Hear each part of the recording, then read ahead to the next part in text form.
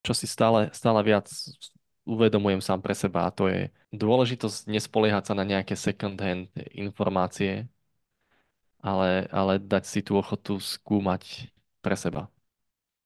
Lebo nech to znie akokoľvek ako klišé, tak tá, tá premena nikdy nepríde zvonku.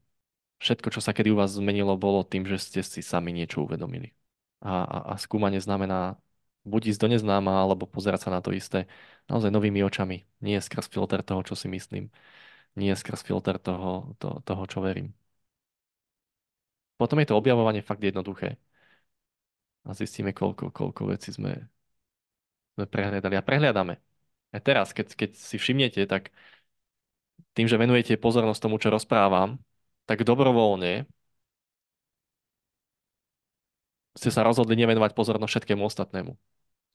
Tomu, či možno ste hladní alebo nie ste hladní, akú máte chuť v ústach, alebo aké zvuky počujete vonku, alebo či ste alebo nie ste unavení, alebo čo sa deje vo vašom tele. Že vidíme, že to dianie je naozaj bohaté. My máme schopnosť venovať pozornosť jednej veci a je to užitočné. Ale je dobré vedieť, že máme možnosť venovať pozornosť aj niečomu inému.